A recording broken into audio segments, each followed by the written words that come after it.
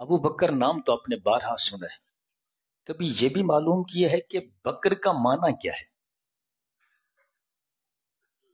شاید آپ کو پتہ نہ ہو کہ بکر کے معنی کیا۔ ابو بکر تو بکر کا معنی کیا ہے؟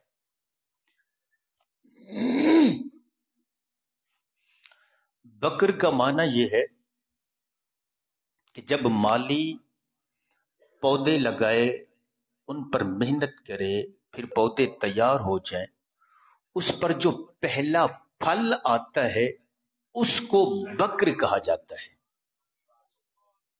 اس کو بکر کہا جاتا ہے۔ جب مالی کوئی پودے، کوئی باغ لگائے، اس کو محنت کرے، تیار کرے، پھر باغ تیار ہو کے جو پہلا پھل لگتا ہے اس کو بکر کہتے ہیں۔